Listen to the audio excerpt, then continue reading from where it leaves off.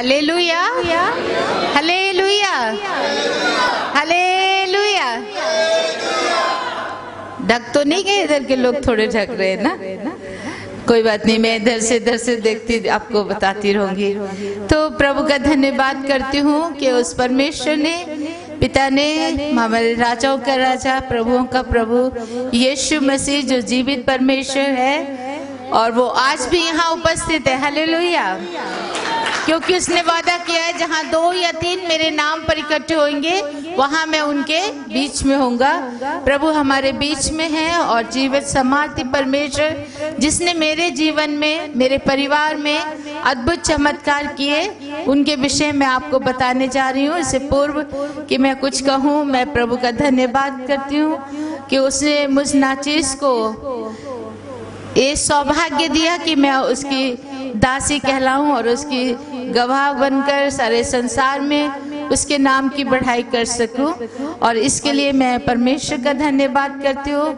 और इस जगह पर आप लोगों से मुलाकात करने का, आप लोगों को मेरी गवाही बताने का, ये सारा अरेंजमेंट करने वाले हमारे डॉक्टर साहब, पास्टर जी और भाई क्या नाम, आमन जी का बहुत बहुत आभारी हूँ जिन्होंने मुझे आपके बीच में आपसे मुलाकात करने का ये मौका किया। और आज का दिन जो पवित्र प्रभु की आराधना का दिन है और हम उनके चरणों में हैं। जबकि ये प्रभु का दिन है तो हम प्रभु के वचन से ही आरंभ करेंगे कि हम क्यों यहाँ आए और हम कौन हैं और हमें किस लिए परमेश्वर ने चुना है और वो क्या चाहता है हम सबों से। आइए हम अपने अपने बाइबलों को एक बार खोलेंगे और यशाया नबी की पुस्तक, उसका 43वां अध्याय, यशाया 43, यशाया 43 का 10 पद से हम पढ़ के देखेंगे। यहोवा की वाणी है, तुम मेरे साक्षी हो और मेरे दास हो, जिसे मैंने इसलिए चुना है कि समझकर मेरी प्रतीति करो और ये जान लो कि मैं वही हूँ। मुझसे पहले कोई परमेश्वर ना हुआ और न मेरे बाद कोई होगा। मैं ही यहोवा हूँ और मुझे छोड़ कोई उद्धार करता नहीं।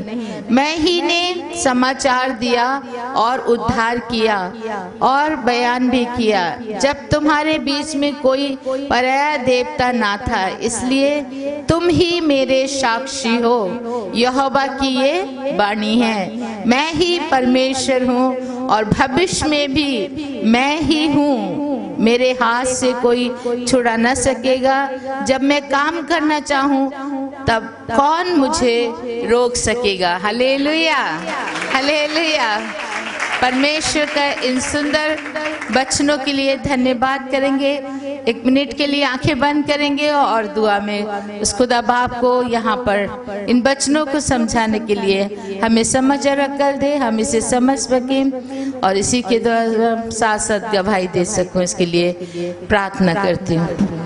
स्वर्गीय पिता परमेश्वर, आपका धन्यवाद, धन्यवाद, धन्यवाद प्रभु जी कि आपने इन सुंदर वचनों को हमारे लिए पिता परमेश्वर तूने दिया है, जिसमें तूने ही कहा है कि तुम मेरे गवाह हो, मेरे दास हो। मैंने तुम्हें इसलिए चुना है कि समझकर मेरी प्रतीति करो, क्योंकि केवल तू ही उद्धार करता है और तू ही परमेश्वर है। प्रभु, इस सच्चाई को हम जान सकें, मान सकें, समझ सकें और काम में ला सकें और सारे जग को बता सकें, ऐसा प्रभु जी हमें वरदान दो, हमें आशीषित करो। इस कलीसिया के लिए दुआ करती हूँ प्रभु जी, इस कलीसिया को बहुत से आशीष देना और इनके पास्टर को, इनके चर्च लीडर को, सभी को प्रभु अपने आत्मा के अभिषेक से भर दे पिता परमेश्वर, ताकि बहुत से तेरी सेवा दिलो जान से करने पाए।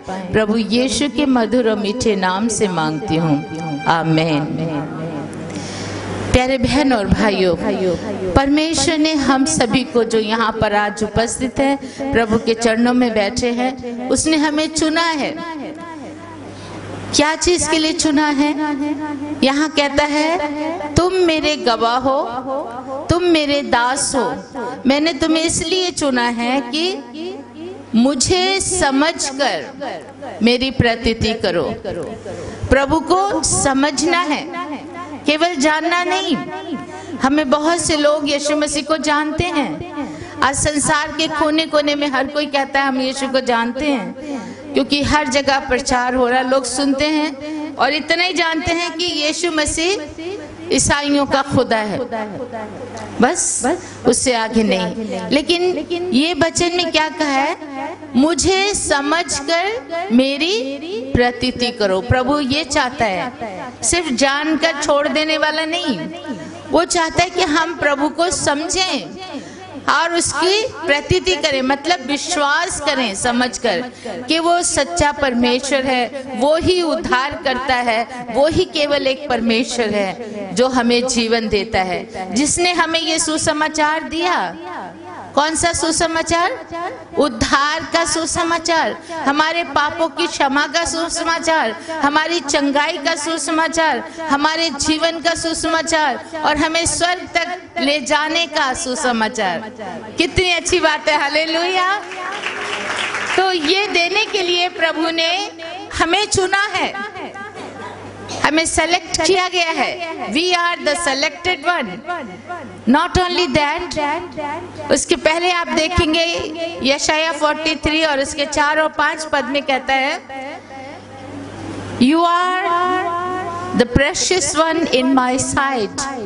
तुम मेरी दृष्टि में अनमोल हो, प्रतिष्ठित हो, मैंने तुम्हें चुन लिया है, तुम मेरे हो। आई लव यू, मैं तुम्हें प्रेम करता हूँ। हाय, कितनी अच्छी बात है, हालेलुया।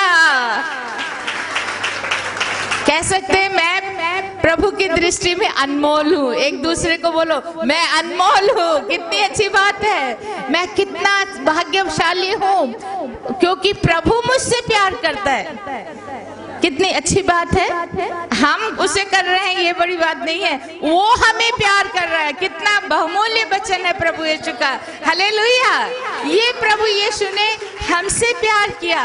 यूहन्ना 15 उसके 16 में कहते हैं, तुमने नहीं बल्कि मैंने तुम्हें चुना है और ठहराया है, तुम मेरे हो। वाह, क्या बढ़िया बात है। अगर कोई आपको कहे कि तुम मेरे हो और मैं तुम्हें प्यार करता हूँ। कभी कभी हम निराश हो जाते हैं, जिनका कोई नहीं है, दुखी है, परेशान है। अगर उनको कहे घबराओ मत बहन, हम है ना तुम्हारे लिए, भाई आप चिंता मत करो, बेटे आप चिंता मत करो, हम है ना। अगर कोई दिलासा दे तो कितना अच्छा लगता है। यहाँ कौन दिलासा दे रहा है? जीवित परमेश्वर, हालेलुया। और वो क्या कहता है? मेरी नजरों में तू बेशकीमती है, मैं तुझसे प्यार करता हूँ। बेशकीमती ही नहीं बल्कि प्रतिष्ठित है, रेस्पेक्टफुल है, बड़ा है, अच्छा है, सुंदर है। कितनी अच्छी बातें प्रभु यहाँ हमसे कहता है। इसलिए उसने हमें चुना है। मैं अपने आप को सोच रही थी मैं बेकार गई गुजरी, किसी काम की नहीं, लेकिन उस परमेश्वर ने, उसकी दृष्टि में मैं प्रतिष्ठित हूँ, हालेलुया। उसकी दृष्टि में मैं बेशकीमती हूँ क्योंकि उसने मुझे चुन लिया। मेरा परिवार, मैं जैसे अभी पास्टर जी बता रहे थे साधु सुंदर सिंह का, कितनी सौभाग्यशाली हूँ मैं कि मुझे एक बहुत ही प्रभु के महान संत जो दुनिया में मशहूर हैं, ब्लीडिंग फीट अपोस्टल के नाम से, अर्थात भारत में जो लहू, पैरों के लहू बहाने वाले प्रभु के प्रेरित थे, वो थे साधु सुंदर सिंह। वो पहाड़ों पे गए, आपने उनकी फिल्म में देखा, नंगे पैर चला करते थे, खून बहता जाता था, उस खून के निशान छोड़ते जाते और आगे बढ़ते जाते अपने प्रभु के लिए, हालेलुया। वो मेरे मामा जी थे, मेरी माँ के भाई, और उनके महान जीवन से हम लोग भी आशीषित हुए। मेरे पापा डिस्ट्रिक्ट कलेक्टर थे, सरदार प्रताप सिंह, बहुत बड़े जमींदार थे, काफी धन दौलत था, 30 करोड़ की संपत्ति के मालिक उस जमाने में के थे। बहुत सी ज़मीन जायदाद, फिर बड़े रिस्पेक्टफुल इंसान कहलाते थे।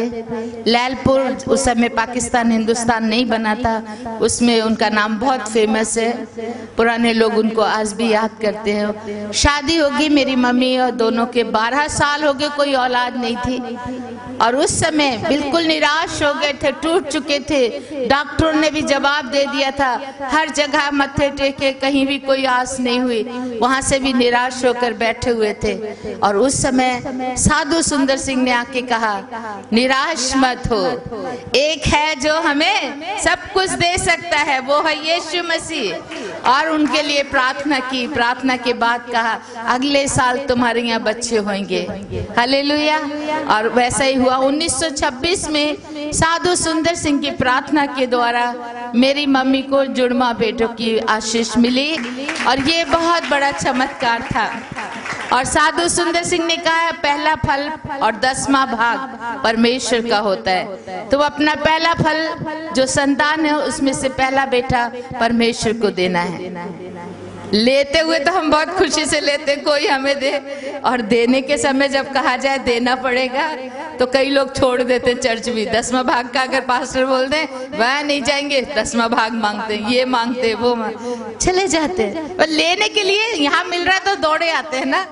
तो इसी तरह दूसरे लोग ऐसा सोचते, लेकिन मेरी मम्मी पापा ऐसे नहीं थे। वो मेरी मम्मी ने खुशी से कहा, मैं दूंगी। मुझे परमेश्वर ने 2 बेटे दिए, एक हमारा है, एक उसका है। हालेलुया। साधु सुंदर सिंह ने कहा, नहीं मेरी बहन, तू एक देगी, प्रभु तुझे और बहुत से बच्चे देगा। जैसे हन्ना को उसने दुआ करके मांगा था, एक बेटा सैमुअल मिला और उसने कहा था, जो भी मुझे मिलेगा वो भी मैं प्रभु को दे दूंगी। उसने दे दिया बेटा सैमुअल, है ना। उसके बाद पता फिर उसको कितने बच्चे हुए, किसी को मालूम है? उसको फिर प्रभु ने 5 बेटे दिए, बेटियां भी दी। हन्ना को आप उसी के पढ़ के देखिए, उसी अध्याय में पहले सैमुअल में सब लिखा हुआ है। तो ये था आशीष फलती है जब हम देते हैं। हम बीज बोते हैं तो ही बढ़ता है ना। अगर इतने से दाने चावल के या धान के या गेहूं के आप रख छोड़ते हैं, ये बढ़ेगा? सोचें, रख के ऐसे पोटली में बांध के रखेंगे तो बढ़ेगा नहीं। उसको मट्टी में बो दो मतलब दे दो। और जब हम उसको बो देते, एक दाना बोते हैं और वहां से कितने दाने निकलते हैं? बहुत सारे। तो ये है आशीष का कारण। मेरी माँ ने कहा, मैं दूंगी। उन्होंने अपना पहला बेटा, जिनका नाम था किशन सिंह, साधु किशन सिंह, साधु सुंदर सिंह ने उनको बचपन में ये नाम दिया और कहा, ये मेरी तरह साधु बनेगा और ये भी मेरी तरह दुख उठा के मसीह की सेवा करेगा। और वो भी हुआ। तो जब उन्होंने दान दे दिया तो साधु सुंदर सिंह ने कहा, बहन तेरा घर बच्चों से भर जाएगा, प्रभु इतने देगा। लो जी, फिर तो शुरू हो गई लाइन पे लाइन, बच्चों के बाद बच्चा। बस होते होते 5 बेटे और प्रभु ने दे दिए, 7 बेटे हो गए और 3 बेटियां, 10 बच्चे हुए। और आपके सामने जो खड़ी है, मैं 10 नंबर हूँ, 10 के बाद ही हुई बस। प्रभु का धन्यवाद। और मैं 10वां भाग प्रभु ने लेना था ना, इसलिए प्रभु ने मुझे वहां पर जन्म दिया। मुझे पहले से ही माँ के पेट से ही प्रभु ने अपने लिए चुन लिया। Praise the Lord, hallelujah. हमारे पंजाबी में कहते हैं टिड करोड़ी, मतलब आखिरी पेट से आने वाली, बिल्कुल बेकार, कमजोर सी, बिल्कुल अजीब सी थी मैं। मेरे दूसरे बहन भाई बड़े तंदुरुस्त, हेल्थी, मोटे, ताजे, सुंदर सुंदर, लेकिन मैं जन्म हुई तो बिल्कुल कमजोर, सड़ी सी। और दूसरे भाई बहन बाद में सब अमेरिका में सेटल हो गए हैं। हमारे 6 भाई और 2 बहनें, और मैं बड़े, मेरे भाई और मैं ही इंडिया में थी। जब मम्मी पापा इंडिया पाकिस्तान अलग अलग हो गया और हमें यहाँ करोल बाग में हमारे डैडी को जगह मिली, यहाँ आकर सेटल हो गए थे। 1950 में मेरा 53 में मेरा जन्म हुआ और उसके कुछ दिनों के बाद ही मेरी मम्मी की डेथ हो गई और उसके बाद मेरे डैडी भी चले गए और मैं अकेली हो गई, अनाथ, बहुत दुखी। मेरे भाई साधु किशन सिंह, वो भी प्रभु की सेवा जगह जगह करते थे, बीच बीच में कभी आके मिलते थे। लेकिन इस बीच हमारे डैडी की जो प्रॉपर्टी थी सब बहन भाइयों को बांटने के बाद हमारा शेयर भी हमें मिला 6 करोड़ की जायदाद, और वो पैसा रुपया उसके लिए मुझे मारने की कोशिश की गई। मेरे रिश्तेदारों ने स्लो पॉइजन का इंजेक्शन दे के मारना चाहा, लेकिन परमेश्वर जीवन देने वाला परमेश्वर है, उसने मुझे चुना हुआ था। इसलिए ठीक टाइम पे मेरे भाई ने आकर दुआ की, और दुआ किया हुआ पानी मेरे मुंह में डाला और एक ही बात कही, प्रभु तू जीवन देने वाला परमेश्वर है, तू मुर्दों को जिंदा करने वाला परमेश्वर है, मेरी बहन को इसी वक्त जीवन दे और ये तेरी गवाह बनेगी और सारे संसार में तेरा प्रचार करे, इसके लिए तू इसको जीवन दे। मेरे प्यारे बहन भाई, 5 साल की उम्र में ही परमेश्वर ने मुझे जिंदा किया, जीवन दिया। हालेलुया। और पानी पीने के बाद जहर में जो था उल्टियां होके निकल गया और प्रभु ने मुझे स्वस्थ कर दिया। ये मैंने अपने जीवन में पहली बार देखा। उद्धारकर्ता भी वही है, जीवन दाता भी वही है और मृतकों को बचाने वाला भी वही परमेश्वर है, और मुझे उसने जिंदा किया। मेरे बहन और भाइयों, यशाया 26 का 19 वर्ष में देखिए, एक बहुत सुंदर बात वचन आपको यहाँ देखने को मिलेगा। 19वां पद कोई पढ़ दे तो भी अच्छा है, अगर आपके पास है बाइबल तो। यशाया, तेरे मरे हुए लोग जीवित होंगे, मुर्दे उठ खड़े होंगे, हे मिट्टी में बसने वाले लोग, हे मिट्टी में बसने वाले जाग कर जय जयकार करो, क्योंकि तेरी ओस ज्योति से उत्पन्न होती है और पृथ्वी मुर्दों को लौटा दे। मुर्दों को लौटा दे। तेरे मरे हुए लोग जीवित हो उठेंगे। हालेलुया। कितना सुंदर वचन परमेश्वर का यहाँ पर कहता है, मरे हुए जीवित हो जाएंगे और पृथ्वी उनको वापस लौटा देगी। कितना सुंदर परमेश्वर का वचन है। कहता है तेरे मरे हुए लोग जीवित होंगे, मुर्दे उठ खड़े होंगे, हे मिट्टी में बसने वालों जाग कर जय जयकार करो, क्योंकि तेरी ओस ज्योति से उत्पन्न होती है और पृथ्वी मुर्दों को लौटा देती है। कितना अद्भुत चमक। ये कितने हजार साल पहले प्रभु यीशु के आने के पहले यशाया था और उसने ये भविष्यवाणी की थी और वैसा हो रहा हुआ। प्रभु यीशु ने संसार में आके 4 दिन के मरे हुए लाजर को जिंदा किया, विधवा के बेटे को जिंदा किया, जारस की बेटी को जिंदा किया और स्वयं प्रभु यीशु को भी मारा, पीटा, उनको क्रूस पे लटकाया, दफना दिया और तीसरे दिन मुर्दों में से यीशु भी जिंदा होकर स्वर्ग में चले गए और वो जिंदा है। Praise the Lord. मेरे जीवन में भी परमेश्वर ने ऐसे अद्भुत चमत्कार किए। जब मैं लोगों के पास जाती हूँ और लोगों को ये देखकर कि मैं जिंदा हूँ और मैं ये ऐसी नहीं थी, मुझे यीशु ने जीवित किया है। जब मैं 14 साल की थी और मैं बहुत कमजोर थी, पढ़ाई करते करते 9th पढ़ते पढ़ते मैं बीमार हो गई, हॉस्पिटल में रखा गया। 3 महीने तक तरह तरह के रोग, डिसीजेस, मुझे मलेरिया, जॉन्डिस, टाइफाइड के बाद टिटनस की बीमारी हुई। भयंकर बीमारी है जिसका इलाज दुनिया में नहीं है और उस बीमारी की हालत में थी और मुझे परमेश्वर ने उस बीमारी से मेरी मृत्यु हो गई और मुझे उस मृत्यु से प्रभु यीशु ने दोबारा बचाया है, जो मैं आपके सामने खड़ी हूँ। हालेलुया।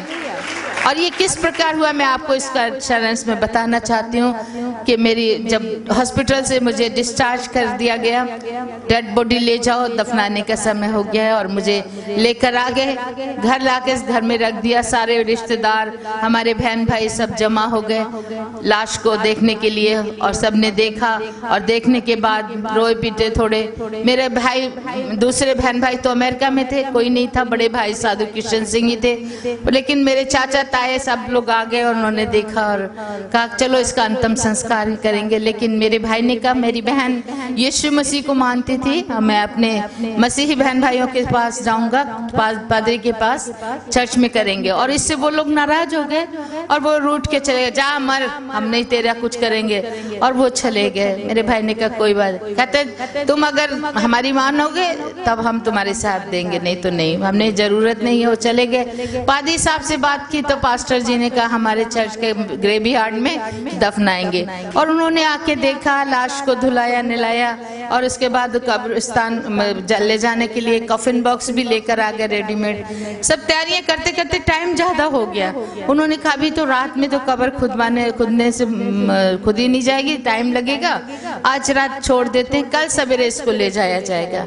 और पादी साहब भी दुआ करके चले गए। उस वक्त मेरे ब्रदर अकेले बैठे, रात तक बैठे दुआ कर रहे थे, और दुआ के बाद उनको भी नींद आने लगी। उन्होंने कहा मैं बैठ के अब क्या करूंगा, चलो मैं भी थोड़ा सा सो जाता हूँ, सवेरे ही तो दफनाना है। और उन्होंने अपनी बाइबल ली, ये जीवनदायक वचन, परमेश्वर का वचन, और इस वचन को लेकर उन्होंने मेरे सिर के पास रखकर कहा, हे पिता, जो तेरी इच्छा है तू कर, मेरी बहन को की आत्मा को तेरे हाथों में सौंप देता हूँ।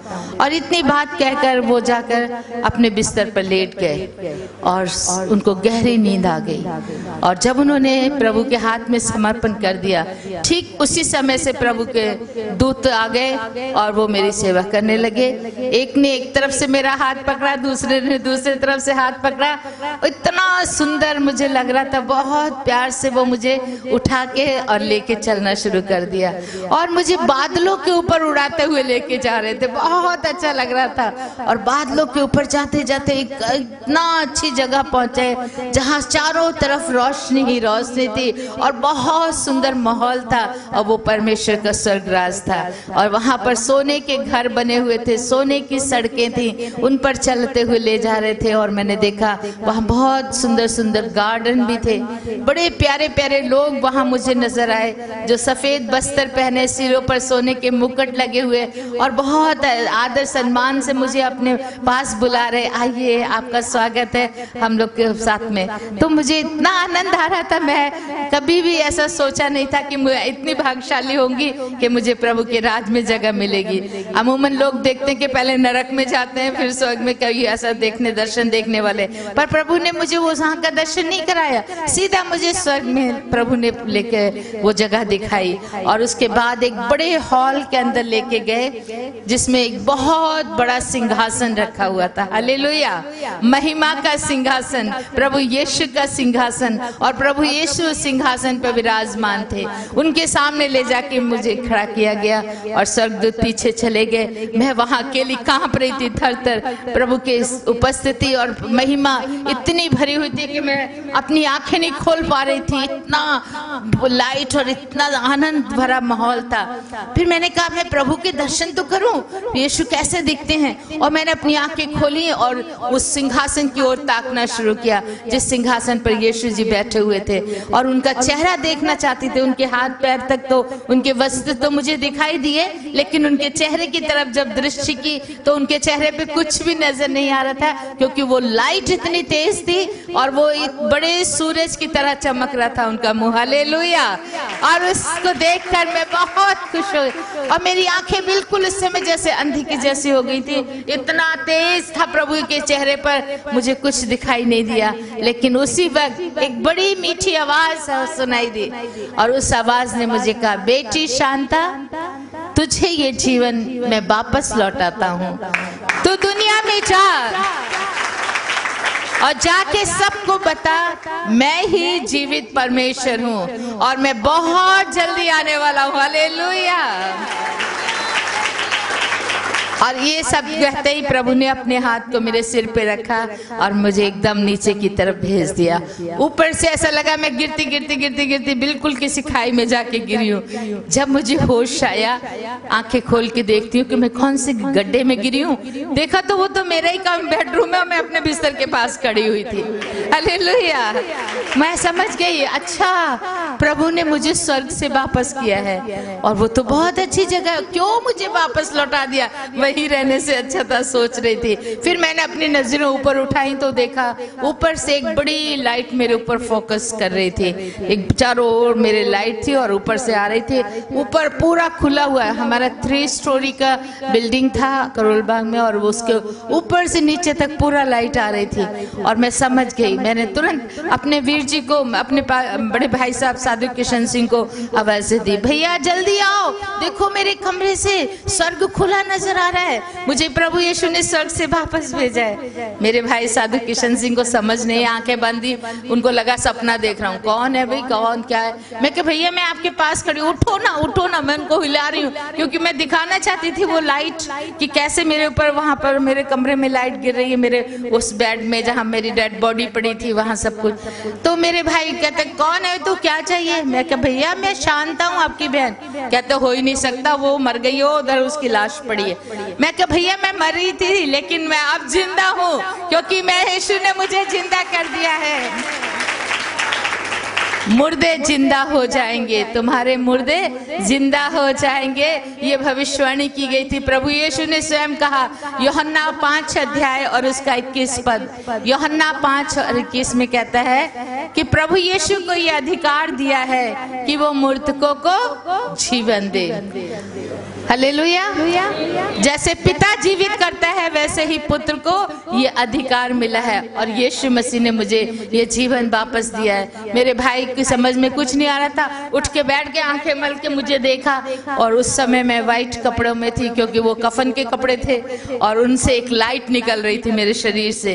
मेरे भाई ने सोचा मेरी बहन मर गई है, उसकी आत्मा भूतनी बन के आके खड़ी है और वो उठ के कहता है शैतान चली जाए यहाँ से, तू मुझे क्यों सताने आई है? मैं क्या भैया मैं शैतान नहीं, आत्मा नहीं, मैं आपकी बहन हूँ, आप विश्वास करो। वो कहाँ विश्वास करेंगे, वो दौड़ के गए, मेरे बिस्तर पे जाके देखा, मेरी लाश को ढूंढ रहे हैं, मेरे कफन बॉक्स में देख रहे हैं, कभी इधर उधर जा रहे हैं। मैं क्या, मैं उनके पीछे पीछे घूम रही, मैं क्या भैया क्या ढूंढ रहे हो, मैं तो यहाँ हूँ।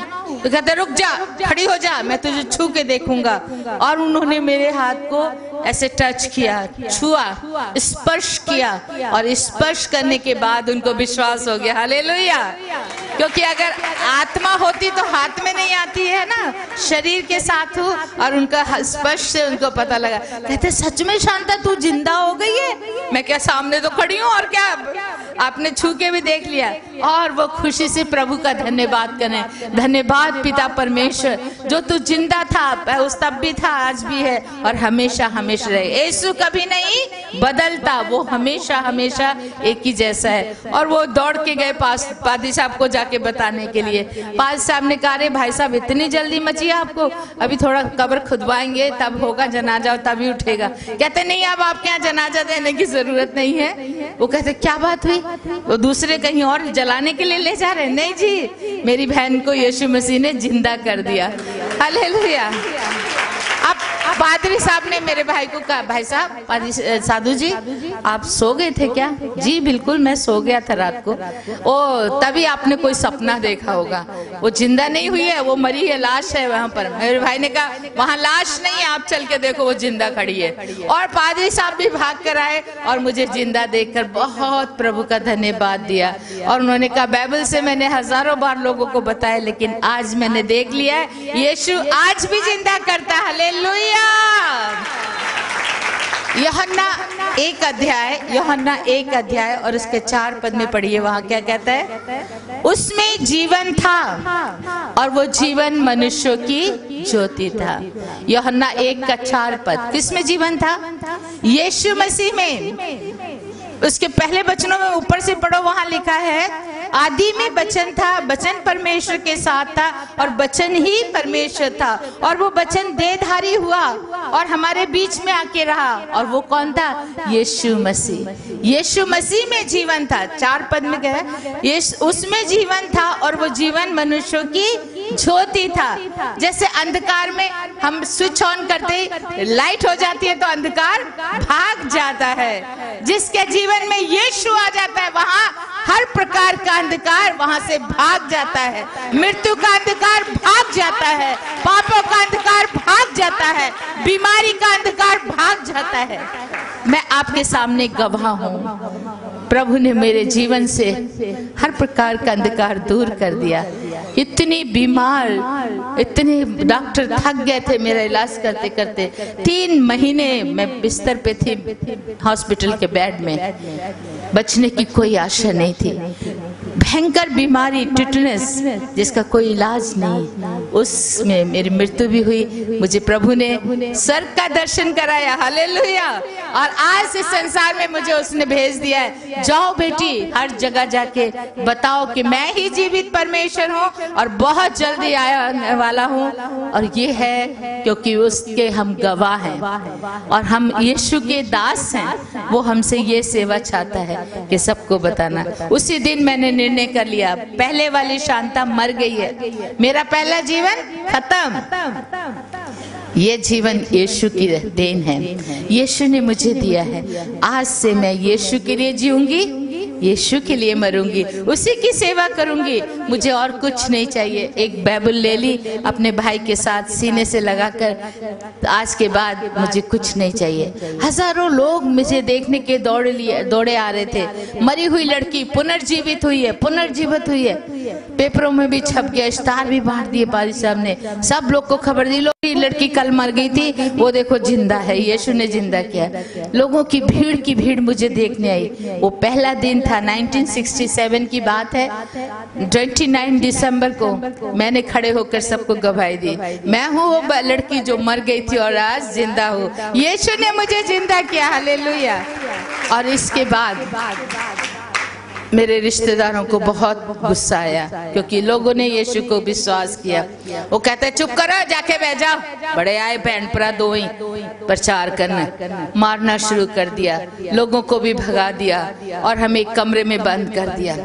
कहते यीशु को छोड़ दो, नहीं तो आज तुम्हारा आखिरी दिन है। हमने कहा कभी नहीं। जिसने हमें प्यार किया, जिसने हमें जीवन दिया, हम उसको छोड़ सकते हैं? कभी नहीं छोड़ेंगे। मर जाएंगे लेकिन यीशु को नहीं छोड़ेंगे। और उन्होंने रात के 2-2:30 बजे का समय था, बंदूकें देकर 2 लोग को भेज दिया, इनको मारो और भाग जाओ, हम बचा लेंगे तुम्हें, कोई किसी को पता नहीं लगना चाहिए। रात का समय था, हमारे हाथ पर बांध के मार पीट के एक कमरे में बंद कर दिया था। देखने वाला, बचाने वाला कोई नहीं था। चुपचाप मार के वो भागना चाहते थे। गोलियां से तान दी, बंदूकें। कहाँ है तुम्हारा यीशु? अभी बचा सकता है? हमने कहा बिल्कुल, वो सब कुछ कर सकता है, लेकिन हमारा एक कहना है, मरना हमारे लिए मसीह है, जीना हमारे लिए लाभ है। हम दोनों तरह से खुश हैं। अगर जिएंगे तो मसीह के लिए जिएंगे और मरेंगे भी तो खूब लाभ है, स्वर्ग मिलेगा, हालेलुया। इससे बड़ी कीमत और इससे बड़ा इनाम और क्या हो सकता है? हम तैयार हैं। और वो गोली मारने वाले थे, अभी निशाना उन्होंने तान लिया था, शूट ही करने वाले थे। गोली निकलने में कुछ ही क्षण बाकी थे। एक आवाज आई, हैंड्स अप। हैंड्स अप की आवाज सुनते ही ये जो ऐसे मार रहे थे, इनके हाथ हिल गए। पीछे घूम के देखा तो पुलिसमैन वहां पर जमा हाजिर थे और पुलिस वालों ने उनको अरेस्ट कर लिया, बंदूकें छीन ली। हमने आंखें खोल के देखा, सामने पुलिस को देख के प्रभु का धन्यवाद किया, हालेलुया।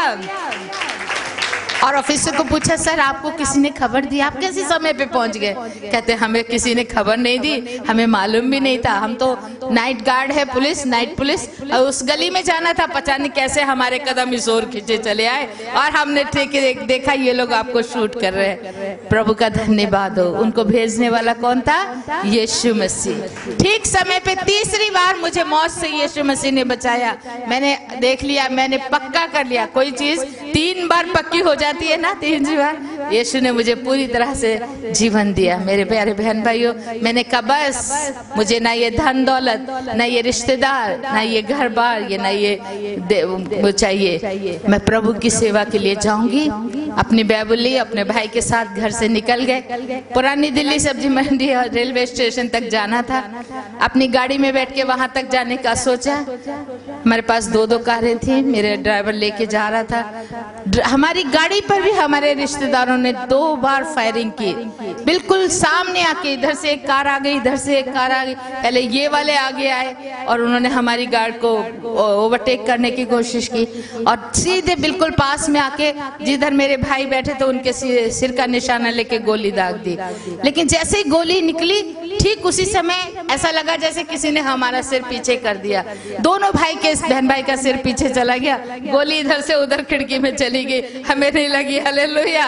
दूसरी फायरिंग भी ऐसे हुई, वो भी गोली उधर चली गई, हमें नहीं लगी।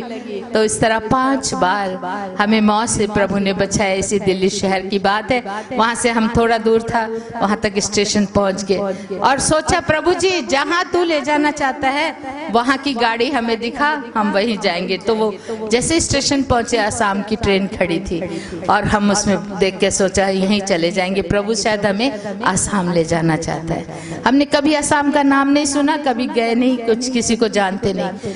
भाई ने कहा चलो टिकट ले लेता हूँ। जब उन्होंने पॉकेट में हाथ डाला तो उनका मनी पर्स नहीं था। अरे मनी पर्स भी घर में छोड़ के आ गए और पॉकेट में मेरे एक पैसा भी नहीं है, अभी टिकट का क्या करें। ठीक उसी समय यहाँ के एक पास्टर दौड़े आए, उन्होंने बताया आपके रिश्तेदार तलवारें लेकर आपको मारने के लिए आ रहे हैं, आप जल्दी से जल्दी शहर छोड़कर चले जाइए। जैसे उन्होंने आके बोला, हमने कहा हाँ जी हम तो जाने के लिए तैयार हैं, गाड़ी भी तैयार है, लेकिन हमारा पर्स तैयार नहीं है, वो घर में छूट गया, टिकट के लिए पैसे नहीं है। वो तुरंत कहते हैं कोई बात नहीं मेरे पास है, मैं लेके आता हूँ। उन्होंने टिकटें लाई और हमें चलती गाड़ी में जल्दी से उठा दिया और गाड़ी चलती जा रही है। तो भी मेरे भाई ने पूछा पाजी साहब वहाँ के किसी भाई बहन का कोई एड्रेस है तो मुझे बताइए, हमारे पास तो कोई एड्रेस नहीं है। भाई साहब को याद था, उन्होंने जल्दी जल्दी अपनी डायरी से निकाला पेपर और फाड़ के उस पर लिखकर एड्रेस देना चाहा और कुछ रुपए भी देना चाहा हमारी जर्नी के लिए, लेकिन वो दे नहीं सके। गाड़ी इतनी फास्ट हो गई, वो देते रह गए और वो भी नीचे गिर गया, हाथ में हमारे नहीं आया और हम लोग उसमें सफर करना शुरू कर दिया, किसी भी एड्रेस के बिना, एक भी पैसे के बिना। कहाँ जा रहे हैं हमें पता नहीं, कितना दूर है ये भी पता नहीं था, क्या होगा ये भी पता नहीं, लेकिन एक विश्वास था, यीशु हमारे साथ है। हालेलुया। प्रभु यीशु ने कहा तू ना डर ना घबरा, मैं तेरे साथ हूँ और मैं तुझे कभी नहीं छोड़ूंगा, मैं जगत के अंत तक तुम्हारे साथ हूँ। ये प्रभु का वादा है और उसी भरोसे चल पड़े।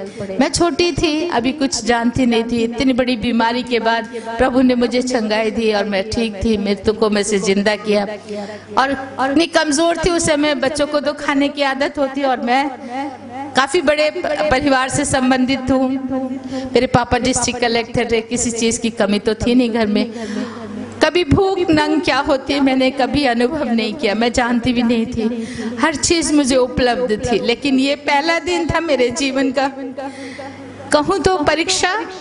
प्रभु के लोगों को प्रभु पहले टेस्ट करता है ना, इंटरव्यू में पहले इंटरव्यू लेते फिर जॉब मिलता है जैसे, और इसी तरह ये हमारा इंटरव्यू कहें या परीक्षा कहें। तो मुझे ये पहला सहना बहुत मुश्किल था। भूखे रहना पड़ेगा, मेरे भाई ने कहा, प्यासे रहना पड़ेगा, देश विदेश जाना पड़ेगा, कोई तो पसंद करेंगे तो ग्रहण करेंगे, कोई नहीं तो धुतकार देंगे। शांता, ये बहुत मुश्किल जीवन है। साधु बनकर जीना, आपने फिल्म में देखा साधु सुंदर सिंह की, मेरे मामा जी की, कितना मुश्किल था।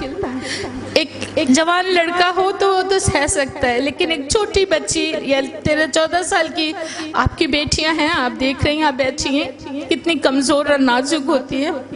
और उस हाल में मैं बहुत भी कमजोर थी और मेरे भाई ने मुझे समझाया, शांता बहुत मुश्किल जीवन है, तुम रहने दो, तुम घर वापस जाओ और तुम स्कूल में पढ़ो। मैं कहा नहीं, मैं अब पढ़ूंगी प्राइवेट, लेकिन मैं यीशु की सेवा करूंगी, क्या कितने भी दुख आए, चाहे मुझे भूखा रहना पड़े, नंगा रहना पड़े, लोग मुझे मारे पीटे सताए, मैं नहीं छोड़ूंगी यीशु को, मैं चाहूंगी, मैं यीशु की सेवा करूंगी। जिसने मुझे जीवन दिया है अब मैं उसकी हूँ, उसके लिए जीना है, उसी के लिए मरना है, नहीं रुकूंगी।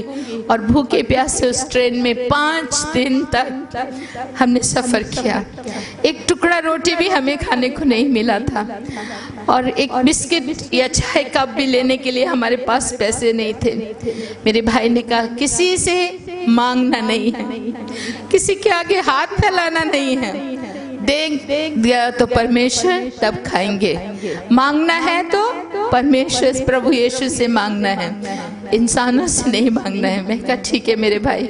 हम इस तरह दुआ करते बैठे रहते, कोई खाना खाने के लगता वहां से उठ के दूसरी तरफ चले जाना या बैठ के आंखें बंद करके दुआ में घुटनों पे बैठ जाना, और जब वो खत्म कर दे तब आंखें खोलते।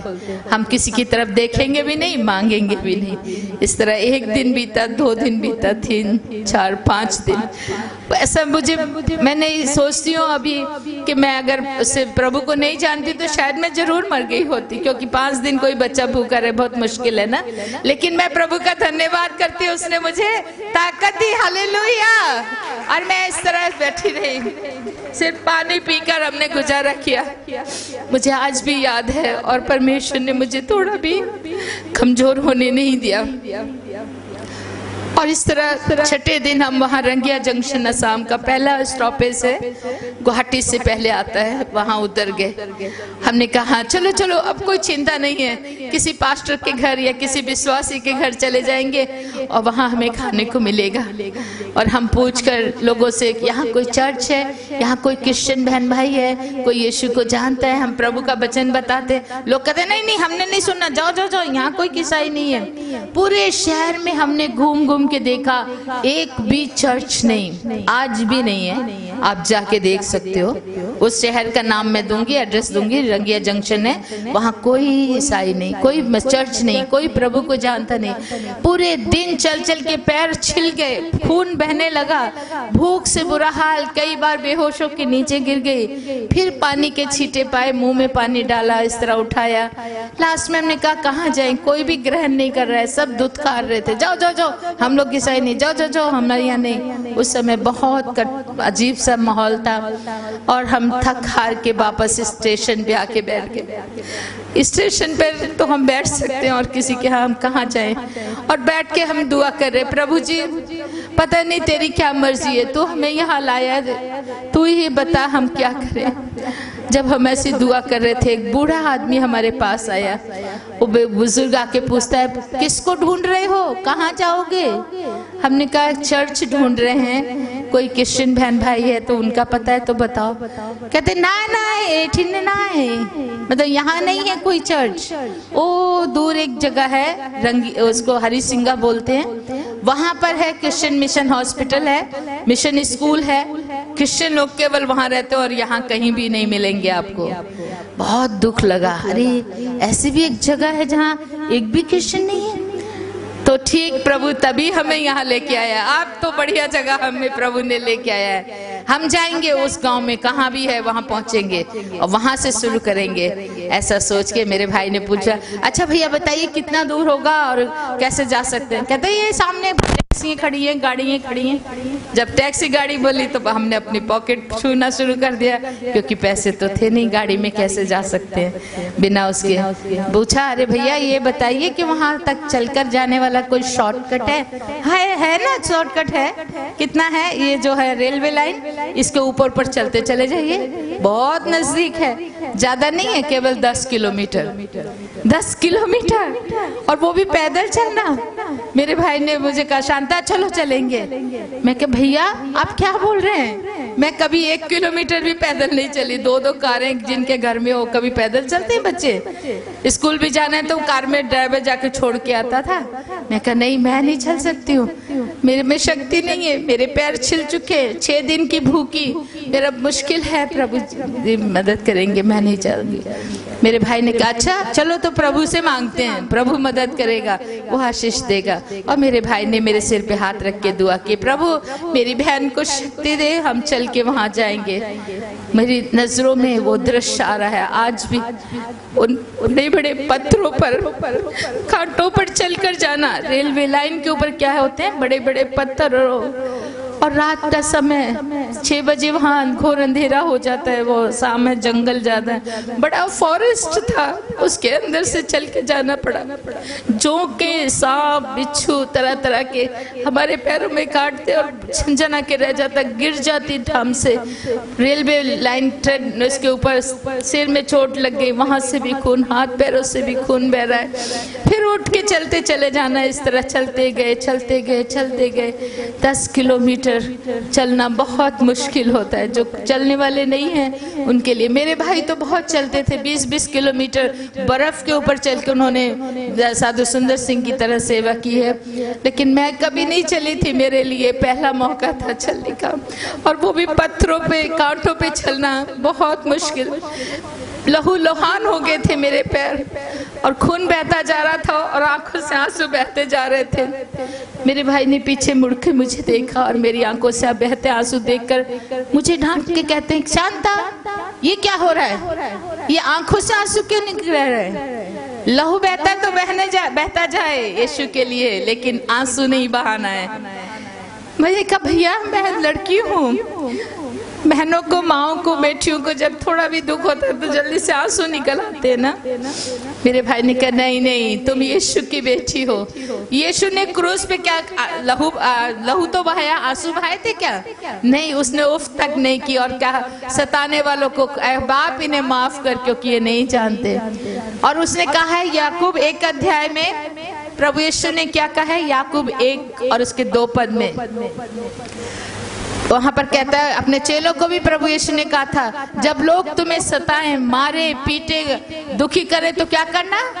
खुशियां मनाना, नाचना, गाना, क्योंकि तुम्हारे लिए स्वर्ग में बड़ा फल है। याकूब 1:2 में कहता है, ऐ मेरे भाइयों जब तुम नाना प्रकार की परीक्षा में पढ़ो तो इसे बड़े खुशी की बात समझो, क्योंकि तुम्हारे लिए स्वर्ग में बहुत बड़ा उपहार है। खुशियां मनाओ। मेरे पाजी कहते हैं, मेरे भाई साहब कह रहे थे साधु किशन सिंह, शांता खुशी मनाओ, रो मत। मैं कहा खुशी अभी कैसे? हाँ चलो नचो गाओ, पंगड़ा पाओ। मैं क्या पंगड़ा पत्थर दे होते, कंडिया दे होते? कहते चलो फिर गाना गाओ। और फिर हम लोग गाना गाते गाते प्रभु की स्तुति करते उस गांव में पहुंच गए। रात के 12:30 बजे के टाइम में जाके एक दरवाजा खटखटाया और उस दरवाजा खोल पहले तो खुला नहीं बहुत देर तक, फिर मैं जोर से बोली माँ जी, बहन जी दरवाजा खोलिए। हम लोग प्रभु के लोग और उस घर की माँ का दिल पसीजा, और उन्होंने हमारे लिए दरवाजा खोल दिया। और खोलने के बाद पूछा कहाँ से आए हो, कौन हो? हमने कहा हम प्रभु के लोग हैं, बड़ी दूर से प्रभु हमें लेके आया। हम साधु सुंदर सिंह के भांजा और भांजी है। जैसे साधु सुंदर सिंह का नाम सुना वो इतने खुश हो गए, जल्दी से उन्होंने जप्पियां पाली, गले लगा लिया, अरे आइए आइए प्रभु के लोग हमारे घर में आए हैं, साधु सुंदर सिंह के भांजा भांजी हैं, आपका स्वागत है। अंदर ले गए और जगह जगह हमारे शरीर पर खून के निशानों को देखकर, जख्मों को देखकर पूछते ये क्या हुआ, ऐसे कैसे हुआ? हमने कहा हम लोग इस रास्ते से चल कर आ रहे थे तो पत्थरों पर कई बार गिर गया और इसके कारण ये जख्म हो गए। और पैरों में भी पूरे कांटे, बिच्छू, जोंके, मोटी मोटी जोंके लगी हुई थी जिनसे खून ही खून बह रहा था, और खींच खींच के निकाला और भी खून बह गया। फिर उन्होंने गर्म पानी से घाव धोए। ये मेरे जीवन का पहला चमत्कार है कि मैं इतना खून बहने के बाद भी जिंदा रही और प्रभु ने मुझे मरने नहीं दिया। उन्होंने धो के पैर पर वो रोते जा रहे थे और हमारे जख्मों को धो रहे। वो आज भी जिंदा है, वो पति पत्नी, और उन्होंने बड़ी सेवा की। और फिर बाद में पूछा आपने कुछ खाया? मैं कहा कुछ भी नहीं खाया है। कब से नहीं खाया बेटी? मैं कहा आज 6 दिन हो गए, पूरे 6 दिन से कुछ भी खाने को नहीं मिला है। ओ बाप रे, तुम इतने छोटे होकर भी प्रभु के लिए इतना कष्ट उठा रहे हो। मैं अभी आपके लिए खाना बनाती हूँ। और उस बहन ने रात को ही आटा गूंद के रात के 2 बजे उसने हमें रोटियां बना के खिलाई। हालेलुया। शेरों के बच्चे तो भूखे मरेंगे, किंतु परमेश्वर अपने बच्चों को कभी भी भूखे मरने नहीं देता। ये वचन मैंने उस दिन अपने जीवन में सत्य पाया। और फिर उसी असम में वहाँ से अलग अलग जगहों पे हम लोग प्रचार करते गए। बहुत सी मिशने, तरह तरह के लोग हैं। वो पहले मिशने वाले अपने हमारे चर्च के मेंबर नहीं हैं, आप हमारे ये नहीं है, हमारे चर्च में नहीं, दूसरी जगह जाओ, ऐसे करते। पैदल चल चल के सारे दिन जाना। कोई खाने को दे देता तो खा लेते, नहीं तो भूखे रहना। हमारे पास कुछ था ही नहीं। बड़ा कष्ट उठाया हमने। वहाँ पर जंगलों में भटक जाते रास्ते, जंगल। वहाँ आज भी बहुत बड़े बड़े फॉरेस्ट हैं। आप कोई आइए सामने, मैं ले जाऊंगी जिन जगहों पे मैंने पेड़ के पत्ते तोड़ को खाए। 2 महीने कुछ भी खाने को नहीं होता था। पत्ते तोड़ के ले आना, ये लौकी कद्दू की जो बेल होती है उसको भी तोड़ लेना, उसी को खा लेना। अगर कद्दू है तो कद्दू खा लेते और दिन गुजारते। एक गांव में एक छोटी सी झोपड़ी थी और उसपे कद्दू की बेल अपने आप प्रभु ने लगा दी और वो कद्दू रोज हम खाते थे। कुछ भी खाने को नहीं था। मॉर्निंग ब्रेकफास्ट भी कद्दू, दोपहर दोपहर का खाना भी कद्दू, रात को भी वही बॉईल करके खाना। खाते खाते थक गई, 1 महीना हो गया। अभी 1 महीने तक एक ही तरह कोई बच्चा खाना खाए तो कैसे करते? नहीं खाऊंगा मम्मी, मुझे ये क्या एक ही देते। ऐसे एक दिन मैं भी, मेरी मम्मी कौन थी, मेरा पापा कौन था? यीशु मसीह। उससे लड़ाई कर रही, मैं अपने भाई को भी कुछ नहीं बोलती थी। वो कद्दू खाते हुए मैं प्रभु से रो पड़ी और बोली, क्या परमेश प्रभु जी, आप रोज रोज कद्दू ही खिला रहे हो, कुछ और नहीं उस बूटे पे लगा सकते थे? रोटियां लगा देते या कोई और मिठाइयां लग जाती तो अच्छा था। आप तो सब कुछ कर सकते। छोटी थी और मुझे इतनी अकल नहीं थी, और ऐसा बोलने के मैं प्रभु को नाराजगी दिखा रही थी। तभी मेरे भाई ने सुन लिया, क्या बोल रही है तू, प्रभु से लड़ाई कर रही है? मैं कहा हाँ बिल्कुल करूंगी। क्या खाली कद्दू ही खिलाया जा रहा है 1 महीने से, मॉर्निंग ब्रेकफास्ट भी, दोपहर लंच भी, रात भी। मेरे से मुश्किल हो गया, मेरे से नहीं खाया जा रहा। मेरे भाई ने कहा अगर नहीं खा सकती हो, मैं एक बात बताता हूँ, तुम वो करो तो आज ही रोटी खा लोगी। मैं कहा कैसे, क्या करना? कहते हो पड़ोसी को जाके ये कद्दू में से कुछ कद्दू ले जाके दे दे, तो वो पैसे देंगे तुम्हें। तुम कहना पैसे नहीं चाहिए, वहां से आटा ले आना, आटा ले आओ या चावल ले आओ, वो पका के खा लो। मैं कह रही, ये तो बहुत अच्छी बढ़िया बात है, आपने पहले क्यों नहीं बताया? कहते तूने पहले बोला ही नहीं था, तू खाए जा रही थी, मैं भी चुपचाप खा रहा था। तो मैं प्रभु का धन्यवाद दिया और जाके देखा, पीछे जाके तो कद्दू के बेल में कई कद्दू निकल आए। तो आसाम में लंबे लंबे कद्दू होते, इतने मोटे मोटे लंबे लंबे, 4-5 एक बैग में डाल लिए। मैं कहा जितने ज्यादा दूंगी उतने ज्यादा चावल आटा मिल जाएगा ना। और जाके एक पड़ोसी था, सामने घर था उनका, उनको जाके, वो नॉन क्रिश्चियन ही थे। मैं कहा माँ जी आपको कद्दू चाहिए? हाँ दिखाओ कैसे। हरे हरे ताजे ताजे। अरे वाह ये तो बड़े अच्छे हैं, दे दो दे। कितने के हैं? मैं कितने पैसे दूं? मैं कहा नहीं आंटी हमें पैसे नहीं चाहिए, आपके यहाँ अगर आटा है तो आटा दे दीजिए और रोटी चावल है तो चावल। कहते हम लोग आसाम में तो हम लोग रोटी तो खाते नहीं है, हमारे यहाँ चावल है ले जाओ। उसने इतने सारे चावल मुझे मेरे बैग में डाल के दे दिए। मैं बड़ी खुशी से दौड़ी आ रही हूँ, वाह जैसे मुझे बड़ा खजाना मिल गया। और आके भाई को कहते बाजी देखो कितने सारे चावल दे देते हैं, उन तो ऐसी बड़े खुशी मनाओगे। कहते हाँ चलो बढ़िया हो गया। और एक बर्तन में चावल धोकर उसको पका लिया। अब जब चावल पक रहा था तो मैंने कहा बाजी कि चावल इदा ही खाने, ਇਹਦੇ ਨਾਲ ਤੇ दाल चाहिए, कड़ी चाहिए, जहाँ कोई सब्जी भी होनी चाहिए। कहते अच्छा तुम्हारे डिमांड्स बढ़ते जा रहे हैं, अभी पहले चावल मांगे अभी दाल भी चाहिए। तो मैं कहा हाँ मुझे तो दाल खाने का मन कर रहा है। चलो ठीक है हम बना देते। मैं कहा आप कैसे बनाएंगे दाल? दाल भी किसी के घर से जाके मांग के ले आती हूँ कद्दू दे के। नहीं रुक मैं करता हूँ। तो उन्होंने चावल बनते बनते उसका जो पानी निकालते हैं, हम पंजाबी में पिच कहते हैं ना, वो पिच काट ली, उसकी निकाल ली और उसमें थोड़ा सा हल्दी डाल दिया, नमक डाल दिया और घोल के कहते ये लो दाल भी बन गई, चलो दाल चावल खाओ।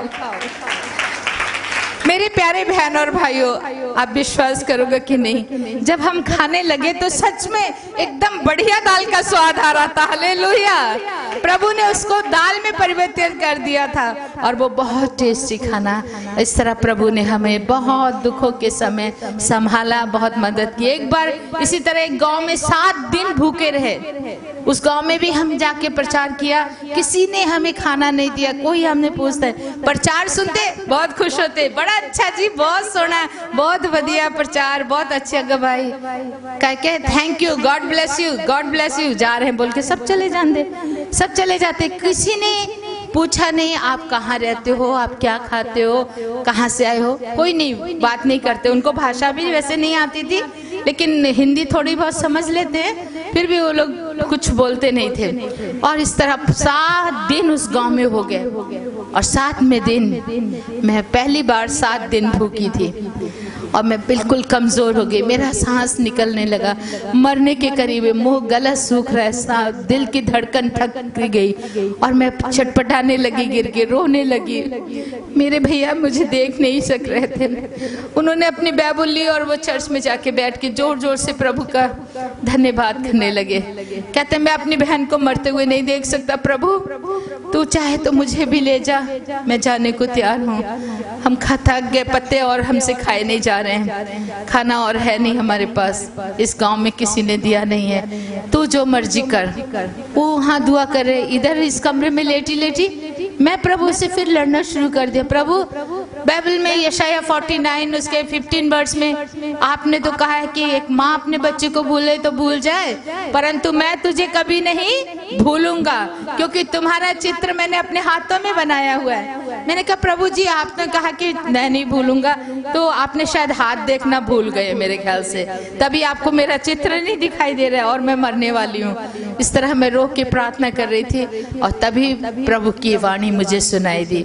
मुझे बहुत ही मीठी और गूंजती हुई आवाज आई, बेटी शांता उठ, उस कोने में देख। बेटी शांता उठ और उस कोने में देख। 3 बार ये शब्द आया। आंखें खोल के मैंने इधर उधर देखा, यहाँ तो कोई भी नहीं है, ये आवाज कहाँ से आई? तभी मुझे याद आया, अच्छा सैमुएल की तरह शायद परमेश्वर मेरे से बात करना चाहता है। और मैं उठ के बैठ गई घुटनों में। मैं कहा प्रभु बोल, मैं सुन रही हूँ तेरी दासी। तब तीसरी बार आवाज आई, शांता उस कोने में देख। मैंने देखा, कहाँ देखूं, कौन सा कोना देखूं? ऐसे ही देख रही थी, अचानक ऊपर से एक लाइट ऐसे चमकी। मैं और ज्यादा डर गई, ये क्या लाइट है? और वो लाइट एक कोने में गिरी। जिस झोंपड़ी के अंदर हम ठहरे थे, एक साइड कोने में बोरे बारे बस कुछ जबड़ा सामान पड़ा हुआ था, जो उनके चर्च के स्टोर हाउस का सामान था, वो एक साइड में पड़ा हुआ था। मैंने कहा अच्छा प्रभु, इधर मुझे कुछ दिखाना चाहते, मैं देखूंगी। और धीरे से मैं उठ के गई और वहाँ कपड़े उपड़े थे, दरियां दुरियां हटाई, एक बोरा मिला, उस बोरे में कुछ बंधा पड़ा था। मैं कह रही इसके अंदर कुछ खाने का होगा, और बोरा खोल दिया। खोलने के बाद उसमें एक डिब्बा निकला, दूध का टीन का डिब्बा। उसको हिलाया तो उसमें आवाज आने लगी। ओ मैं समझी, अच्छा ठीक है, शायद इसी में कोई चना वना खाने की चीज होगी, पहले कोई रहता था उसका सामान है, इसमें बर्तन वर्तन भी थे। उसको खोला और डब्बे को देखा। जब डिब्बे को खोल के देखा तो उसमें इतने से चावल थे, और उन चावलों को देख के मैं प्रभु का धन्यवाद पिता परमेश्वर, तू मुझे भूखा मरने नहीं देता, इसलिए तूने ये चावल मेरे लिए रखे। और उनको लेके मैं धन्यवाद किया। मैंने कहा इससे कच्चे तो खाएंगे तो पेट नहीं भरेगा, इसको पका लेती हूँ। और उधर ही से एक बर्तन लिया, वहाँ छोटा सा आग जलाने वाला चूल्हा था मिट्टी का, लकड़ियाँ लगाई और जला के पानी से धो के चावल पका लिए। चावल पकने के बाद मैं अपने भाई को जाके चर्च में बोल, भैया आ जाओ, बस हमारा प्रभु ने आज फास्ट ब्रेक करने का दे दिया है, खाना आ गया है। वो कहते हैं इधर तो कोई भाई बहन आया नहीं खाना लेके, तू कैसे कह रही है खाना मिल गया? मैंने कहा प्रभु ने दिया। कहाँ से दिया? मैं कहा छप्पर फाड़ के दिया है। वो हैरान हो के कहीं गई नहीं और छप्पर फाड़ के खाना? मैं कहा हाँ, प्रभु ने मुझे 3 बार उनकी आवाज मैंने सुनी और प्रभु ने मुझे कहा उसमें देख, तो मैंने खोल के देखा और ये चावल मिले। वो बड़े खुश हो गए। चल ठीक है, अब तू तो छोटी है, तेरा भला हो जाएगा, तू नहीं भूख से मरेगी, तू इसको खा ले। मैं कहा नहीं वीर जी, आप खाएंगे तो मैं खाऊंगी, नहीं तो मैं भी नहीं खाऊंगी। तभी एक आवाज आई, मैं खाऊंगा ये खाना, मुझे दे। हम हैरान हो गए, ये आवाज कहाँ से? उधर इस झोंपड़ी के दरवाजे के बाहर एक बुजुर्ग खड़ा था। उसकी लंबी चिट्टी दाढ़ी, लंबे सिर के केस और उसके आंखों की लाइट बड़ी तेज चमक रही थी और उसका चेहरा बड़ा भोला, बड़ा प्यारा। और वो कहता है मुझे दे ये खाना, मैं खाऊंगा। हमने कहा ये बाबा जी चलो, हम लोग नहीं, आप ही खा लो। और हमने उनको बैठा दिया और जो थोड़ा सा भात 7 दिन के बाद मिले खाना, वो भी उनको खिला दिया। और है क्या? हमने कहा नहीं जी और नहीं है। फिर उन्होंने पानी मांगा, पानी दिया। पानी के बाद मेरे भाई को कहते हैं साधु किशन सिंह, आपका एक जोड़ा वस्त्र मुझे दो, कपड़ा दो। मेरे भाई ने अपना कुर्ता उतार के उनको दे दिया, लीजिए। और कोई कपड़ा था ही नहीं चेंज करने के लिए, उसी को रात को धोते थे, उसी को पहनते। इवन मेरे पास भी एक ही ड्रेस कपड़ा हमारे पास नहीं। मैं सोच रही थी, मेरे भाई ने तुरंत अपना कमीज उतार के दे दिया। बूढ़े बाबा ने पहन लिया। बाद में कहता है नीचे वाला भी दे, ऊपर का ही खाली दे के नहीं होगा। मेरे भैया ने चद्दर बांधते थे जट्टों की तरह, उन्होंने अपनी चद्दर भी खोल के उनको दे दी, वो भी पहन लिया। फिर भी हमें नहीं छोड़ा। कहता है अभी 1 रुपया दो शांता, तब मैं जाऊंगा। मैं कहा बाबा हमारे पास 1 पैसा भी नहीं, अगर पैसा होता तो हम भूखे रहते 7 दिन। मेरे भाई ने कहा नहीं शांता ऐसा मत बोलो, आप देखो कहीं मिल जाए तो दे दो, नहीं तो माफी मांगो। मैं अभी कहाँ ढूंढूं? मेरे पास बाइबल थी। मैंने कहा प्रभु जी शायद ये कोई परीक्षा है, अपनी बाइबल को खोल लो। बाइबल को जैसे खोला एकदम नया 1 रुपया का नोट। वो मैं कब रखा मैं नहीं जानती, लेकिन नया नोट देखते मैं खुश होगी। मैं कह रही बाबा है 1 रुपया है आपके लिए, देखो मिल गया। हमारे लिए तो वो था ही नहीं, ये कब रखा मालूम नहीं। और मैंने वो ले जाके वो रुपया उसको दे दिया। वो बहुत खुश हुए, हाथ में लेके दूसरे हाथ से मेरे सिर पे हाथ रख के कहते बेटी अब तुम्हें कोई चिंता करने की जरूरत नहीं है, मैं तुम्हारे साथ हूँ। मैं कहा हाँ बाबा जी आप भी आ जाओ, हम भी भूखे मरेंगे, आप भी हमारे साथ भूखे ही मरना पड़ेगा। वो हंसते कहते नहीं तुम नहीं समझी अभी। तभी वो कहता ठीक है मैं चलता हूँ। वो बाहर निकले, गेट के बाहर हम भी निकल गए। 2 जवान बाहर खड़े हुए पेड़ के नीचे, वो भी देख रहे थे। सामने खड़े होकर बुजुर्ग बाबा मेरे भाई को कहते हाथ मिला बेटे। मेरे भाई ने अपना हाथ उनके हाथ में दिया और मैं भी उनकी नजरें ऐसे उनकी नजरों से मिलाई। मुस्कुराता चेहरा, सुंदर आंखें, और बहुत प्यार से बोलते बच्चों अब तुम्हें कोई दुख नहीं होगा, मैं तुम्हारे साथ हूँ, मैं तुम्हारे साथ हूँ। ये शब्द खत्म ही हुआ और वो बाबा अचानक ऐसे जाते जाते कहाँ गायब हो गए पता नहीं। वहाँ बिल्कुल कुछ नहीं है। मेरे भाई ऐसे देख रहे, मैं भी देख रही हूँ, अरे ये कहाँ चला गया, ये कौन था। इधर उधर ढूंढ रहे हैं, इधर उधर देख रहे हैं। वो जो 2 जवान लड़के बाहर खड़े देख रहे थे वो भी भाग कर आगे कहते अभी अभी यहाँ बूढ़ा है एक बंदा आपके सामने खड़ा था, वो कहाँ चला गया, वो कौन था। अब हम समझ गए कि वो कौन था। हालेलुया। जितने हम विश्वासी हम जानते हैं वो कौन हो सकता है, यीशु मसीह। हालेलुया। मत्ती 25 अध्याय 35 पद में पढ़ के देखिए। मत्ती 25 35 36 में क्या कहता है, मैं भूखा था और तुमने मुझे खाना खिलाया, मैं प्यासा था तुमने मुझे पानी पिलाया, मैं नंगा था तुमने मुझे वस्त्र दिए, मैं परदेसी था तुमने अपने घर में ठहराया, बीमार था मेरी मदद की, जेल में था मुझे देखने आए। लोगों ने कहा प्रभु देखा, तो प्रभु जी ने क्या कहा, जो कुछ तुमने इन गरीब से गरीब लोगों के लिए किया वो मेरे लिए किया। हालेलुया। तैयार हैं आप इस बात को करने के लिए? प्रभु के राज में जब हम जाएंगे तो वो ये नहीं पूछेंगे आपने दिन में कितनी बार प्रार्थना की, कितने चैप्टर पढ़े, वो नहीं पूछेंगे।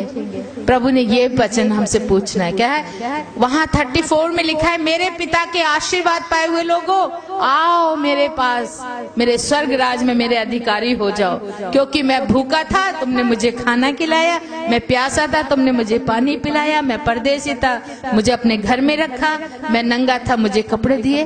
जो कुछ तुमने गरीब के लिए किया वो मेरे लिए किया। हालेलुया। हम समझ गए और हमने कहा वो हमारा यीशु मसीह था। और उसी वक्त हम नील डाउन होके कहा प्रभु जी हमारे वस्त्र ही नहीं, हमारा भोजन ही नहीं, पैसा ही नहीं, हम अपना शरीर भी तेरे लिए कुर्बान करने को तैयार है, तू चाहे तो ले सकता है। हालेलुया। और उसी वक्त वहाँ एक और बुजुर्ग आ गया और पोस्टमैन था और उसके हाथ में एक पार्सल था और वो कहते पार्सल आपके लिए पार्सल है, साधु किशन सिंह और बहन शांता कौर के लिए। हम बड़े खुश हो गए, अरे भाई यहाँ तो अभी खाना ही नहीं मिल रहा है 7 दिन से, ये पार्सल कहाँ से आ गया, किसने भेज दिया। फटाफट पार्सल ले लिया, चलो कुछ तो होगा। और वो सिग्नेचर करा के पोस्टमैन चला गया। भाई ने कहा अरे इसमें होगा क्या, फ्रॉम एड्रेस के लिए दूसरी तरफ घुमा के देखा तो किसी का एड्रेस नहीं। अरे ये कैसा पार्सल है बिना एड्रेस का। उस इंसान को पूछ लेंगे, उसको देखा तो पोस्टमैन भी गायब हो गया, वो किस तरफ चला गया पता नहीं। तब उन्होंने क्या किया, उस पार्सल को थोड़ा ऐसा हाथों से दबा के देखा, दबाने से ऐसा लगा जैसे इसके अंदर कुछ खाने वाली चीज है, मतलब नरम नरम रोटियां होंगी या ब्रेड होगा, ऐसा सोचा। जब उसको खोल के देखा, मुझे लाके कहा शांता हो सकता है प्रभु ने किसी बहन को बोला होगा हम 7 दिन के भूखे हैं, किसी बहन ने रोटियां बना के या ब्रेड इसमें बना के पैक करके दिया है, लो खोलो और खाओ। मैं खुश हो गई रोटी का नाम सुनते, फटाफट उस पार्सल को खोला, लेकिन खोलते ही देखा उसके अंदर कपड़ा था और वो 1-2 मीटर नहीं, पूरा 20 मीटर कपड़ा और उसके अंदर 100 रुपए का note. Hallelujah, praise the Lord. पहले परमेश्वर के राज और धर्म की खोज करो तो तुम्हें सब कुछ दिया जाएगा। वो कपड़ा जो 20 मीटर था उसमें मेरे भाई के 2 जोड़ा वस्त्र बन गए, मेरा भी एक ड्रेस बन गया और वो जो 100 रुपया दिया, उस जमाने में 100 रुपया बहुत बड़ी चीज होती थी। आजकल तो 500 रुपया लेके जाओ तो इतना सा सामान आता है ना, तो कुछ भी नहीं आज के रुपए की वैल्यू। वो 100 रुपया प्रभु ने हमें दिया। कैसे दिया? हमने क्या दिया था? 1 रुपया के बदले कितना मिला? 100 रुपया। हालेलुया। 2 तो तुम्हें भी दिया जाएगा। 1 ड्रेस दिया, 1 ड्रेस के बदले 3 ड्रेस वापस मिल गए। हालेलुया। तो इस तरह उसी असाम में परमेश्वर हमारे साथ रहा। वो जो आखिरी वचन प्रभु जी ने बोला था, बेटी दुखी मत होना, अब मैं तुम्हारे साथ हूँ। सच में परमेश्वर ने, वो तब तक हमारा पीरियड था परीक्षा का, उसके बाद से प्रभु ने कभी भूखे मरने नहीं दिया। बहुत कष्ट था, बहुत मुसीबतें थी, उसके बाद भी हमने बहुत परेशानियों का सामना करना पड़ा। गांव-गांव जाके, जहाँ कोई भी यीशु को नहीं जानता, आज भी जाती हूँ मैं इन्हीं पैरों से चल चल के।